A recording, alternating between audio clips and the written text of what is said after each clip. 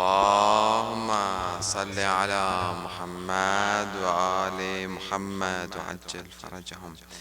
بسم الله الرحمن الرحيم. الحمد لله رب العالمين، ثم الصلاة والسلام على أشرف الأنبياء والمرسلين، حبيب إله العالمين بالقاسم المصطفى محمد،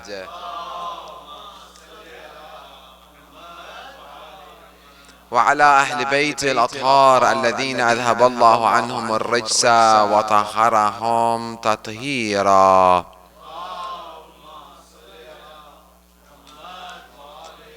قال الله الحكيم في محكم كتابه الكريم: أعوذ بالله من الشيطان الرجيم، بسم الله الرحمن الرحيم. إنا أنزلناه في ليلة القدر وما أدراك ما ليلة القدر، ليلة القدر خير من 1000 شهر، تنزل الملائكة والروح فيها بإذن ربهم من كل أمر، سلام هي حتى مطلع الفجر. صدق الله العلي العظيم. صلوات.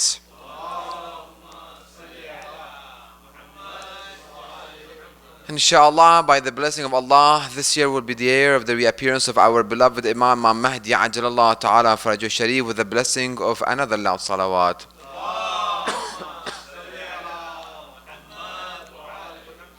Inshallah, all of us gathering tonight will be amongst his companion and amongst his sincere soldiers, with the blessing of another loud salawat.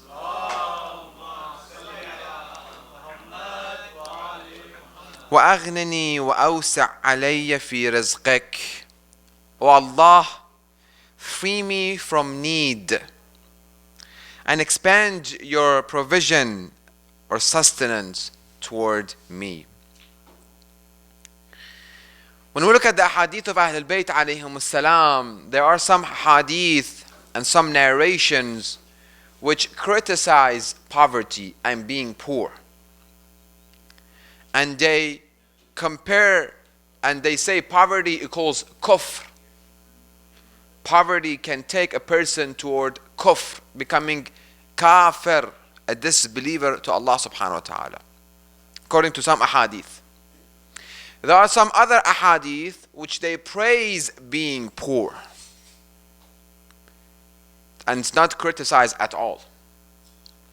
On the other hand, there are some narrations that praise being rich and wealthy. At the same time, there are some narrations which criticize being wealthy and being rich. One, if reads one hadith or two hadith, might start finding contradiction, that being poor, is it good or is it bad?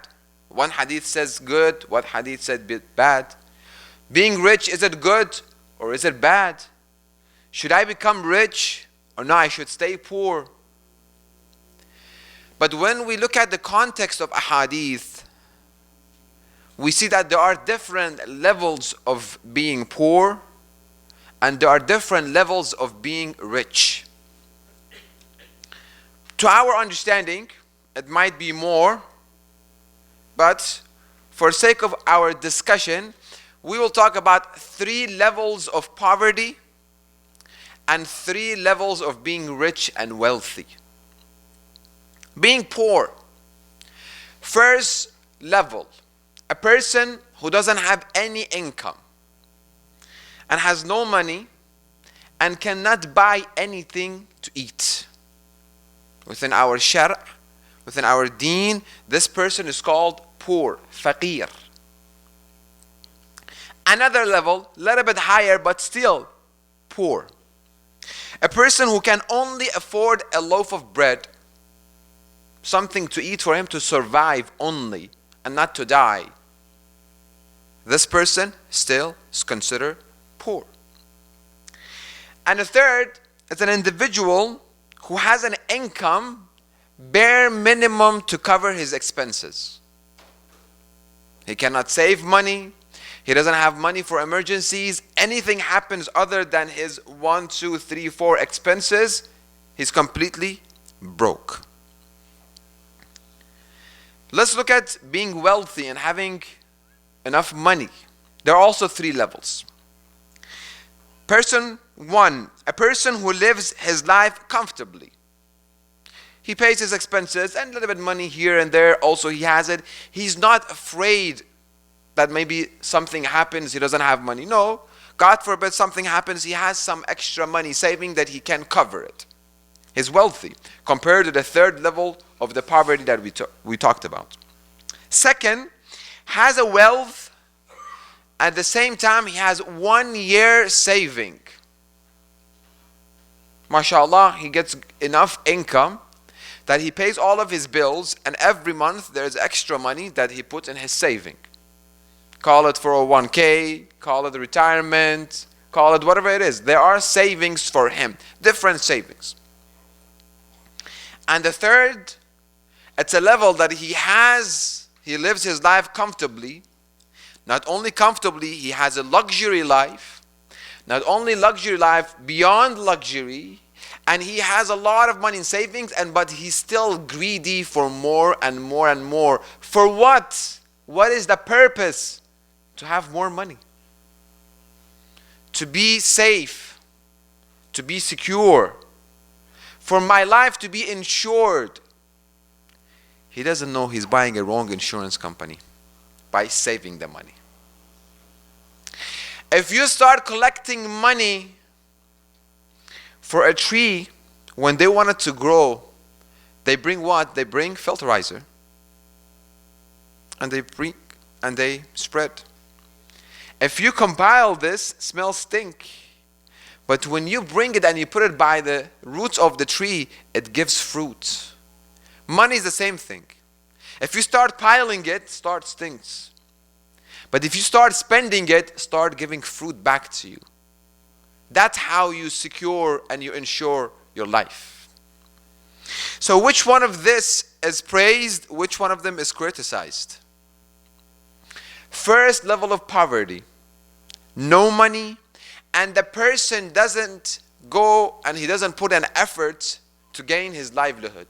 Well, I'm poor, I don't have any money, I don't have any income. Oh Allah, what is this? Start complaining. Ahlul Bayt alayhum salam within their narration say that level slowly will take you to kufr. And Imam Ali alayhi salam, let's have salawat by his name. We can do better salawat than this.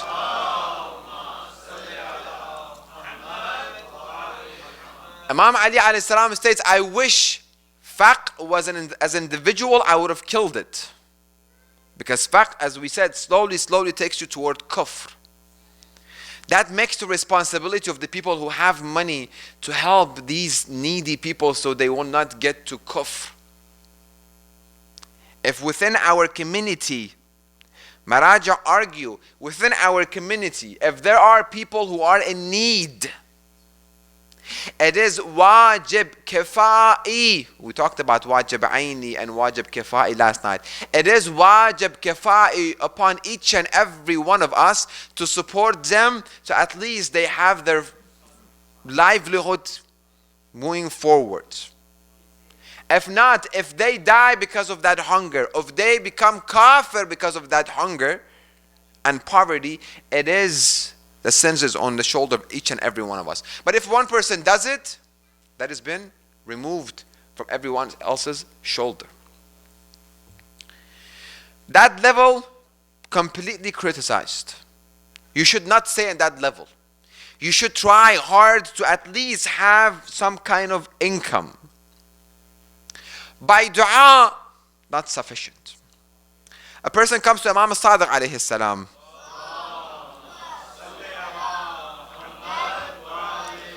And he says, oh Imam, I have a store but I don't have any product to sell. Imam teaches him a dua. It's number one. Sufficient? No. Imam tells him, go and sit in your store. He says, Imam, I don't have any product to sell. The store is empty. Imam says, do the dua and go sit in your store. I said, okay. I do dua, and he went and he sat in the store. A day went, another day or two or three, an individual came with a horse or a donkey and had a pallet of product. He said, brother, I have a product that I want to sell. I don't have a place. Would you mind renting your place to me? Or we can say that he said, okay, here's my product. You sell it and we share the cost. Well, if this person was doing dua at home sincerely, shedding tears, and the store was closed, would have he got this opportunity that he got? No. I will do dua and I will leave early morning to gain halal income. Brother, please pray for me to get an income, but I'm not doing anything toward it. We need the dua plus action. I work toward it. Every day I go. I submit application and resume everywhere that I can. I go to different stores every day in the morning. The best time that I can look for rizq between Salat al-Subh and sunrise. I go out. I go whatever it is that I can find a halal job to gain income. And it is very, very, very important to keep in mind that gaining halal income, if you strive in gaining halal income, الكاد في عياله كالمجاهد في سبيل الله. If you go out and you strive and you work hard to bring halal income to your family, if you die during that 8 hours you're trying to bring halal money, you die as a shaheed. You're striving. Don't think of a person came and saw one of the imams working very hard in his farm. He told him, Imam, what are you doing? He said, I'm trying to gain halal livelihood for my family. He started criticizing the imam, like, why do you do? Like, you should be just sitting home and dua. No. We don't have that kind of mindset in our belief. Islam promotes hard working. According to a narration, Rasulullah Muhammad sallallahu alayhi wa alayhi, he came back from one of the ghazawats, from a battlefield, Tabuk. He came back, and on his way back with his army, he saw an individual, a farmer. That individual came to him and he shook the hand of Rasulullah. Rasulullah saw his hand to be very, very rough. He told him, why your hand is very rough? He said, in farming and I do what I do. Rasulullah kissed the hand of that farmer. He said, this is the hand of a mujahid fi sabilillah. Working hard. Sitting home and praying that somebody will give us something. No. You should go and strive to gain halal income. And also, you should work very hard to gain more. Why not? Islam is not against having a good luxury life. It's not. It's not against having a good comfortable life. It's not. Bring me one hadith that says, live a very poor life. One hadith, one incident that Imam said, bring and be poor. You don't find it. Work very hard, put your best effort, become a millionaire. Why not? But what is the purpose behind me becoming a millionaire? What is my intention for becoming a millionaire? Becoming a millionaire, I'm going to strive working very hard to show off. That level of becoming rich and wealthy has been criticized. Also in Quran has been criticized. Because when you start getting money, you see yourself, I'm sufficient. I don't need anyone else. I'm sufficient. Even slowly, it was my effort. You didn't do anything. I worked hard. Which the verse of Quran says that you become arrogant when you start having that kind of mindset. Oh Allah, bless me, infinite. As we said in one of the nights, don't put a number for Allah subhanahu wa ta'ala. Oh Allah, give me $5,000. Why put a number? One of my teachers said this is the worst mistake we can make. We go to Allah subhanahu wa ta'ala and we said, okay, I need this much. Allah has infinite. Why should I put limit into it? That's how Imam teaches us. Allahumma wa aghnini. And free me from need. Does he say how much? No. وَأَوْسَعْ عَلَيَّ فِي رِزْقِكَ, and expand. I'm not going to put limit to this. Expand this much. No, expand from your mercy. You can give. Why? Because I want to serve the community. I want to give back. One individual, I know him, he lives in Tehran. I went and I met him. He has established, he got in storage warehouse, a very big warehouse. And he bought 2,000 sewing machine. He brings widows into his warehouse, teaches them how to sew clothes and make clothes. And then he gives them the fabric. He buys the clothes for them for 2 years. This program continues. After this 2 years, if they come on time and they do, first of all, they're gaining halal income. A widow, what you can do with them? And then he gives them the machine. You go home every month. You can come. I'll give you a fabric. You make this kind of clothes for me, and I'll buy it from you. Go. He's making money, and he every 2 years he's bringing 2,000 widows, and then giving them back to the society. You start working so you can gain halal. So God forbid you won't go toward haram. Isn't it good to have money? Of course. Why not? I saw a brother. I told him, brother, he had a company for a carpet company. I told him, have you thought of expanding? Making it bigger and bigger? He said, no, brother, this much, I'm enough. I'm getting some money. Alhamdulillah, my life is good and I don't need too much headache. Okay, nothing wrong with it. But if I have the capacity to expand, oh Allah, help me to expand so I can get more and give more. Why not? I have a happy life, good luxury life, no problem.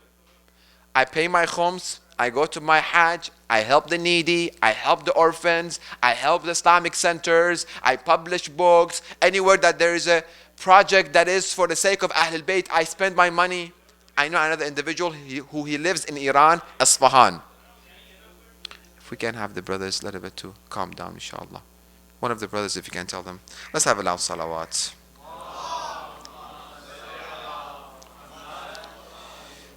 Another loud salawat.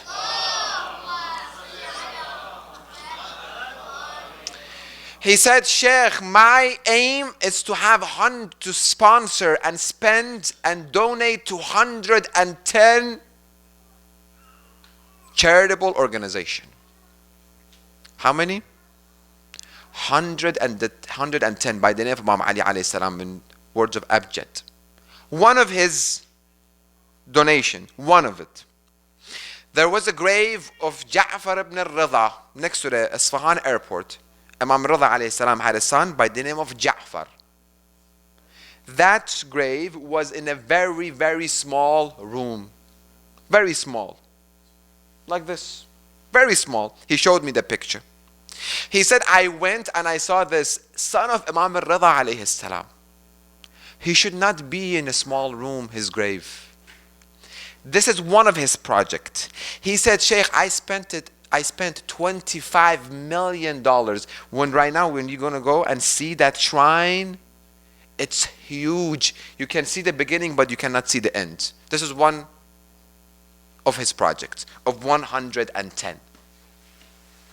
Everybody who goes to them and tells them, we have a center.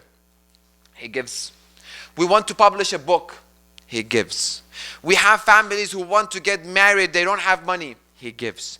We have families who don't have money to buy a kidney. They have a kidney failure. They want kidney. He gives. 110 projects. Can you and I become like that? Of course. He wanted. I told him, Haji, how did you arrive? How did you get to this point? He said, I started selling blankets. These are for the youth. These are success stories. People were able to make it. We can do also. Nothing wrong. Become a billionaire. Why not? What is the cause? I want to become a billionaire to give back to the community. I want to become a billionaire to start making movies about Ahlul Bayt alayhim salam in Hollywood. Every of one of the imams, I want to make one movie for them. Why not? Why not? I want to make a movie about Imam Ali alayhi salam. I want to make a movie about Imam Hussein alayhi salam. I want to make a movie about Rasulullah. I want to make a movie about Fatima Zahra salamullah alayha. I want to make animation about each and life of Ahlul Bayt alayhim salam. Why not? The enemy works, plans, strives, does, and he reaches. And Allah says, كُلًّا نَمُدُّ هَؤُلَاء وَهَؤُلَاء. We give to both. You are kafir, you believe in shaitan, you work hard, you get it. No, brother, these are Hollywoods and these are all against Islam. They're not going to let us reach it. Who said so? A company in Iran made animation about the mother of Imam Zamana, Sayyida Narjis salamullah alayha. Let's have salawat by their names. $600,000 they made animation about the life of Sayyida Narjis, which is a very beautiful story. Oh Allah, give us the money to make about each of the life of Ahlul Bayt one animation, one movie. Why not? Life of Imam Hussein alayhi salam doesn't have enough stories for Hollywood. Right now in here, camera, microphone, we have 1,000 people sitting here. Maximum can hold this place. Another million watch the videos. But when we make a movie at the level of Hollywood, millions of people are going to watch. How much influence we can have. If I put the mission, if I put my goal in life, I want to become I'm studying dentist to become a dentist, perfect. I want to become #1 dentist in whole America so I can get millions of dollars, so I can start establishing universities and I can appoint a chair of Islam, chair of Fatima Zahra in every school. I want to pay $1 million to a university and appoint a chair of Imam Ali alayhi salam, chair of Fatima Zahra, chair of Imam Hussein alayhi salam. Why can't we? Saudi Arabia comes, pays millions of dollars to George Washington University, and he appoints the chair of Islam that they believe, and they preach what they believe. Brother, they are government. We don't have money. As Shia, we don't have money. You cannot say we don't have money. In Iraq, in the Arba'in, there's an article, read it, about the numbers in Arba'in. How many billions of dollars are spent during the 10 days of Arba'in? Where does this money come from? The Shia. With a loud salawat, please come forwards, please.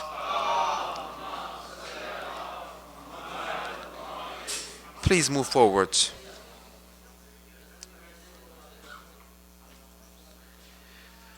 Let's have another loud salawat.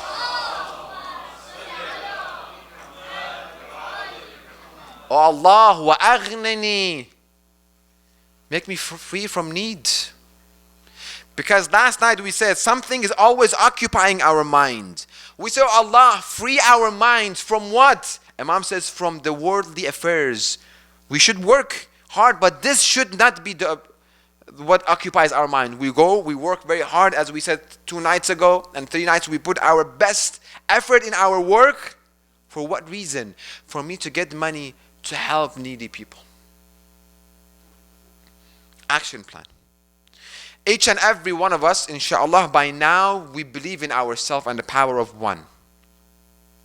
Let us go tonight and set a goal in our life. For example, educating 10 million people about the life of Ahlul Bayt alayhim salam, it's a goal. Put the biggest. Write it on the wall, write it on your dashboard, put it sticky notes. I have to work to educate, to preach to 10 million people. Possible? Yes or no? Possible or not? It's possible. Everything is possible. Thank you. I want by right now, I'm age 32, I want by age of 50 to be able to produce 14 movies about the life of Ahlul Bayt alayhim salam at the highest level. Possible? Yes. So I write it down and I make a plan. Who do I need to contact? I need stories, and I start working. Allah took my life next 2 years. Allah will give me the thawab of converting and educating 10 million people toward Ahlul Bayt. I worked and I just made the intention, and I worked for 2 years, and I did not educate even one individual. But my intention was, and my amal also showed that Allah, I want to do it. I want to make 10, 14 movies, but I'm just going to my work. I'm not thinking about it. I'm not reading about it. I'm not researching about it. I don't have any knowledge. How does the movie start? Okay, we need sponsors. We need people to donate. Okay, how can we raise funds? These are all the research that we have to do. I'm a researcher. I can write. I am whatever age I am, by next year or two, I have to write one book about the life of Ahlul Bayt alayhim salam in English. Possible? A booklet. It doesn't need to be a 500 pages book. No, it can be 50 pages. I pick a topic. We gave this action plan the other night to one of the sisters. A brother can do it also. I'm going to do a very, very secular research on the topic of hijab. Is it mandatory or not? I make it a book and I publish it. I don't have the money to publish it. You can put it online. A brother, if we want to do something, we can. There's a brother in Virginia, a convert. He became Shia, and he thought of sending books to prisons and to prisoners. He established an organization, Second Chance. Basically, you can have a second chance. You can come back again to the right path. He established the organization, did not have any money. It's not about money. It's about start working and slowly building on it. Small baby steps. Establish the organization. Takes $25, $30 to incorporate that organization. Some people, anybody can make a website. He found a person. He said, I'm going to sponsor. I will do your website for free. And mashallah, we have the skills within the community. And actually, that would become a good action plan for the management of this place. It will be very good to start collecting the data. We have the email of each. That's how we could communicate, true? We give them a form. Please write your skills and your career. For example, I like to do websites. I'm a designer. I am a publisher. Whatever it is. So we make a data. So when we have a project, or somebody moves into LA, to Anaheim, we're looking for a mechanic. Okay, let's open this data. We have 5 brothers within our community that they're mechanic. If your car breaks down, we can give them calendar, and the beginning has the information of everybody. If you want a doctor, we have doctor within our community. This is how we build a strong community. If you want a mechanic, we have a mechanic. If you want a plumber, we have a plumber. Instead of you going outside, this is how you come together. Somebody says, I'll do your website.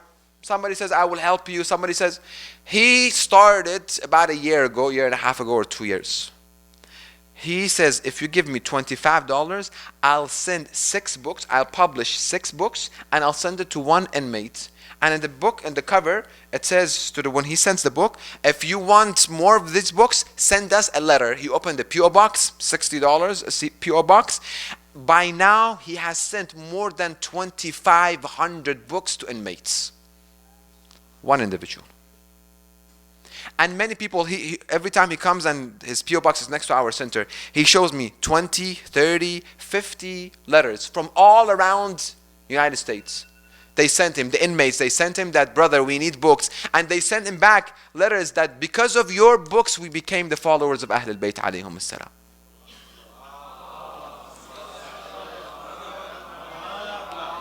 One individual, he placed a goal in life and he started pursuing it. Within a year and a half, he was able to do it without any money. And people start donating, and he keeps sending books. Ramadan, he said that we need 2,500 janamaz and sabha to send it to the prisons for them to pray. A person called and he said, I'm going to sponsor all the janamaz for you. He sends it. That's it. He just sits and he gets and he gives. He gets and he gives. Not losing anything. But he puts the efforts. We make a decision, and this night of Ramadan is about the decision. I can do something with one website, small work, it can be done. وَأَغْنِنِي, O Allah, make me free from need. وَأَوْسِعْ عَلَيَّ فِي رِزْقِكَ, sustenance, my provision, expand it. And we also ask Allah subhanahu wa ta'ala for barakah. Barakah is something that the Western ideology will not understand. What does barakah mean? Because you cannot put it on a scale. Money, you can't put it on a scale. Wealth, you can't put it on a scale. This is how much money I have. Barakah, he doesn't know it. He cannot understand what does barakah mean. We need barakah in our life. Barakah in our time. Barakah in our kids. You see a family, they have 6, 7 kids. But none of the kids are on the right path. None of the kids are doing anything for sake of Allah and Ahlul Bayt. None of them. They're all going right and left and deviated. But you see another family, he has 1 kid, but that kid, he is so much involved within the community. He is so much giving back to the community. This is called the barakah. It's not about number. It's not about quantity. It's about the quality. That quality is called barakah. You see a person, he's very, very, very wealthy. He has millions of dollars. But he can't do anything for sake of Ahlul Bayt. He doesn't have barakah. But one individual, he doesn't have anything. He's able to send 2,500 books to inmates throughout the year and a half. To more than 300-400 people. This is called barakah. We have to ask Allah subhanahu wa ta'ala for barakah in our life and our time. You get up in the morning, suddenly you see the clock, it's 6 o'clock. I didn't do anything. 8 hours passed. I was not able to accomplish anything because there is no barakah. But when we ask for barakah, you look at your clock, you say, wow, it's only 1 hour past. I was able to do this. I was able to contact my arham and connect with them. I was able to read a chapter of Quran. I was able to read a page of Nahj al-Balagha. I was able to memorize a hadith. I was able to do my work that I had to do. I was able to go shopping. And it's only like 3-4 hours left.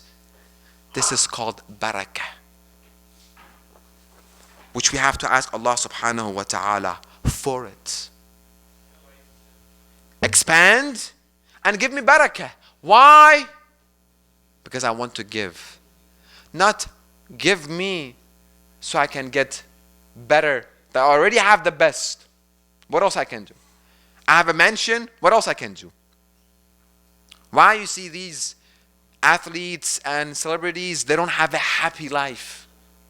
They come in front of a camera, smile, picture, show yourself, good. But are they happy? Go read the magazines. When you stand by the aisles of any shopping center, when you stand, look, $300 million divorce. $50 million divorce. This happened, $80 million is gone. What kind of life is this? Is this happiness? They have the wealth, but they're not able to benefit from it. When we say barakah, 2 years barakah, as we talked about Dhar al-Ghafari. In 2 years, what he was about to do, those 2 years had barakah in it. Why? Because he asked and he strived and he worked hard for it. Allah gives. Allah doesn't come and says, okay, I don't like you. No, I'm not going to give you. Oh, I like your hair. I'm going to give you. Oh, you have a nice brand clothes. Yeah, I'm going to give you. No. Allah doesn't pick and choose. You strive, Allah gives. You work, you put a goal in your mind, a big goal. My goal in life, I told brother, what do you want to do? I'm going to study architect. Okay, next. I want to get an office and have a life. Is this the goal? This is it? Why don't you become #1 architect in the whole America? That is a goal. You put a big goal and then slowly you walk through it. Read the books of the life of the people, biography of people, autobiography of the people who reached. Read them and become like them. Why can't we have a guy like Bill Gates within our own Muslim community? Why? Why can we have a Warren Buffett? Why not? If we put the goal in mind and if we work, we can get to there faster. Why? Because we have something called dua. We have something called believe. We have something called Ahlul Bayt. They help. So I keep emphasizing, I have to believe that I, as a one individual, can become that one. When I believe in myself, I'm going to start working in it, that I can make a difference. And nothing comes overnight. None of these people became what they became overnight. وَأَوْسَعْ عَلَيَّ فِي رِزْقِكَ. Halal rizq. So, money, wealth, is it good or bad? It depends what we use it for. Hadith says, نِعْمَ الْعَوْنَ عَلَى تَقْوَى اللَّهِ الْغِنَى. One of the best assistant, the best aid that we can get toward the piety, toward becoming pious. The problem that we have the meaning of pious in our mind wrong. We have a wrong meaning in our mind toward a pious individual. As soon as we tell you somebody wants to become a religious and pious, we think of somebody who doesn't take shower for maybe at least once a week, very ugly beard, nothing groomed, dirty clothes, ripped, his head is down, dirty clothes, nothing is like living in a tent. We call this person a religious person. No. Religious person should look nice, clean, groomed, best cologne, best perfume for men. You cannot use perfume for women when you go outside, it's haram. But inside, within the woman gathering, it's halal. Why not? A religious person with a luxury life. Can it be? No, it's impossible. We don't know how he got the money. How do you know who got the money from? Hadith says the best aid, one of the best aid toward taqwa, toward piety, toward religiosity is ghana, is wealth. But make sure you get the money for taqwa. Not I get the money, forget about taqwa. I get the money, I pay, I make decision. Oh Allah, give me money. Every time one of my kids want to get married, okay, I dedicate $50,000 for them, for their wedding. I'm going to give $10,000 to the people back home. Let them get married. Why not? نِعْمَ الْعَوْنَ عَلَى تَقْوَى اللَّهِ. If you want the best aid, one of the best aid toward piety is al-ghina, is wealth. قال علي عليه السلام. Let's have salawat by his name.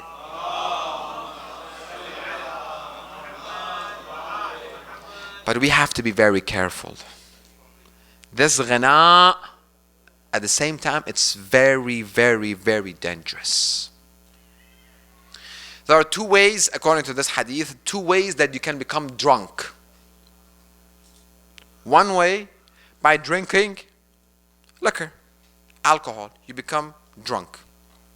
And there is a 6, 7 hours, 8 hours, alhamdulillah, I never drank, so I don't know how long will it take, that you will no longer be drunk anymore. You'll get your mind back again. X amount of hours. The hadith says, "Esta'inu billah min sukratil ghina." Seek refuge to Allah subhanahu wa ta'ala from being drunk by drinking? No, by wealth. فَإِنَّ لَهُ سُكْرَةٌ بَعِيدُ الْإِفَاقَةِ. It will take a very, very, very long time for you to come back and realize and get into your mindset. Na'udhu billah, if we get to that route. Because that route is like drinking from sea. Drinking a salty water. The more you drink, the more thirsty you get. Because there is no goal. Nothing satisfies you. You get more. You save more. You still need more. Greedy and greedy. And you take more. This is what has been criticized. But no, Allah give me more and give me the capacity Some people don't have the capacity. This phone has 64 gig capacity. Will it take 64.1 kilobytes? No. A bottle of water has 8 ounces capacity. More than that, overflow. So if you see yourself, oh Allah, give me. Oh Allah, give me. Please increase my risk. Please increase my risk. Forget about the Sheikh. I'm asking for dua. He's not increasing. Forget about it. No. Allah knows your capacity is this much. If He gives you more, you're going to commit haram. He doesn't want you to commit haram. I'll keep you this much. So we say, oh Allah, give me and expand my capacity. Oh Allah, if you want to give me without expanding my capacity, please don't. Because I'm going to start committing haram. I don't have money, I don't commit haram. When I get money, I start committing haram. Forget about this money. Let me be poor. And be righteous. Which hadith says, being poor and righteous, it's better than being wealthy and being corrupt and being amongst the wrongdoers and sinners. Wrapping up. Action plans. We're going to place a goal in our life. A big goal. Serving Ahlul Bayt and serving mankind. Because when you see serving Ahlul Bayt, is not serving them. They don't need our serving. And it's nothing that we do for them, we're doing for mankind. By serving Ahlul Bayt means educating other people about Ahlul Bayt. This is how you serve Ahlul Bayt. Ahlul Bayt, they don't need our money and qimah and rice and bread that we give. They don't need it. When we help one another, for the sake of them, for the sake of Allah, this is how we are serving them. I want to publish, go around, there are a lot of people who have written books, they don't have a publisher. I know them. I want to give money for publishing books. If a project doesn't come to your mind, come to me. A lot of people come to me and they have projects. Sheikh, we need sponsors, we need donors to give donations. Islamic Center, one project. Publishing book, one project. Creating animation, one project. Hollywood movies, one project. And so on and so forth. School. Why don't you guys have a full-time school in here? Why not? Why our kids have to go to public school? Which is destroying their moralities. Can we come together and build a school? Of course. Last story. Individual in Iran passed away about 50, 60 years ago. One individual, he was a contractor. He was banna. He used to build houses. He himself, by his hand, he built 100 masjid in Iran. By himself. He's a banna. He builds Husseini, so by him, any money that he gets, he goes and he buys blocks, and he put block on a block, on a block, on a block. This becomes one masjid. 100 masjid by himself. This is called barakah. And you see people have millions of dollars. When you ask them for money, I've seen people. We went to someone that a friend of us, he told us in one of the Gulf country, he has so much cash, he doesn't know how much cash he has. But we tell him we need $3,000 for X project, inshallah later on. There is no rizq. There is no barakah into that. We place a goal. Oh Allah, this is my goal. Every night, I want this goal to occupy my mind. How can I get to this goal? Every day I work on it, I think about it, I read about it, I sleep on this dream. When you sleep on that goal, you're going to achieve it. 1 year, 2 years, 5 years, 10 years, 20 years. You start and you let the rest move on. Can we do that? Yes? If you can, let's have a loud salawat.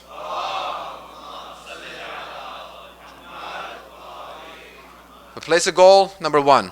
we work toward it. Number 2, we do dua for it. Number 3, and number 4, don't put limit for yourself, and don't put limit for Allah subhanahu wa ta'ala. Each and every one of us, we can accomplish millions if we will. Allahumma salli ala Muhammad wa ali Muhammad. Allahumma ajjal li waliyika al-faraj. Allahumma ajjal li waliyika al-faraj. اللهم عجل لوليك الفرج. بسم الله الرحمن الرحيم. اللهم كن لوليك الحجة ابن الحسن صلواتك عليه وعلى آبائه في هذه الساعة وفي كل ساعة وليا وحافظا وقائدا وناصرا ودليلا وعينا حتى تسكنه أرضك طوعا وتمتعه فيها طويلا. صلوات.